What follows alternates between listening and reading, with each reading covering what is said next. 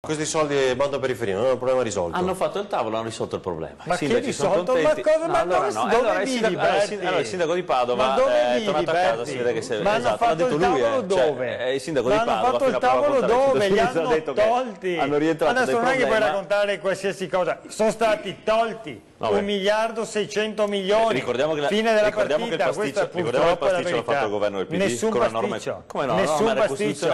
E il PD stesso, voi, ma proprio nessun pasticcio. Avete votato esattamente come il governo, con lo stesso voto in aula. Abbiamo fatto una battaglia alla Camera fino alle 4 del mattino e avete votato e poi dite che è colpa degli altri. No, voi avete votato voi. Questa è la verità dei fatti, comiche. Comunque, scusate un attimo, io vorrei tornare sul tema. Comunque, guarda, in chiama i sindaci e vai a parlare con i sindaci e poi vediamo com'è la questione. Qualcuno ha scritto via SMS, se stavolta fanno la pace fiscale o se la fanno ancora, io sono proprio un poco furbo, qualcuno scrive così via SMS. Poi vorrei sentire Marinese marcato su questo anche. Io sono totalmente contrario a condoni, perdonismi vari e roba del genere, perché è un insulto a chi è onesto e paga e dice sì vabbè allora sono l'unico scemo del villaggio.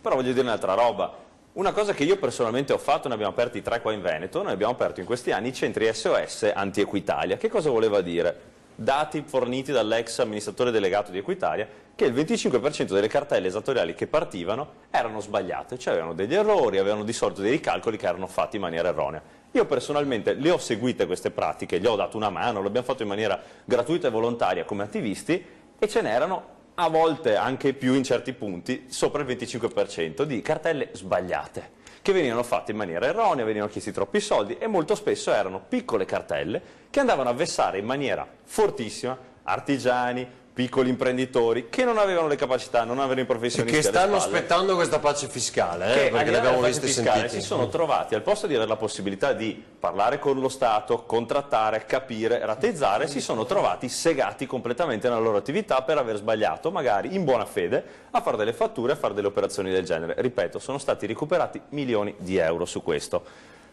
L'unica roba che però, una è importante, l'ha detto anche prima Di Maio, si parte anche dal taglio ai costi superflui.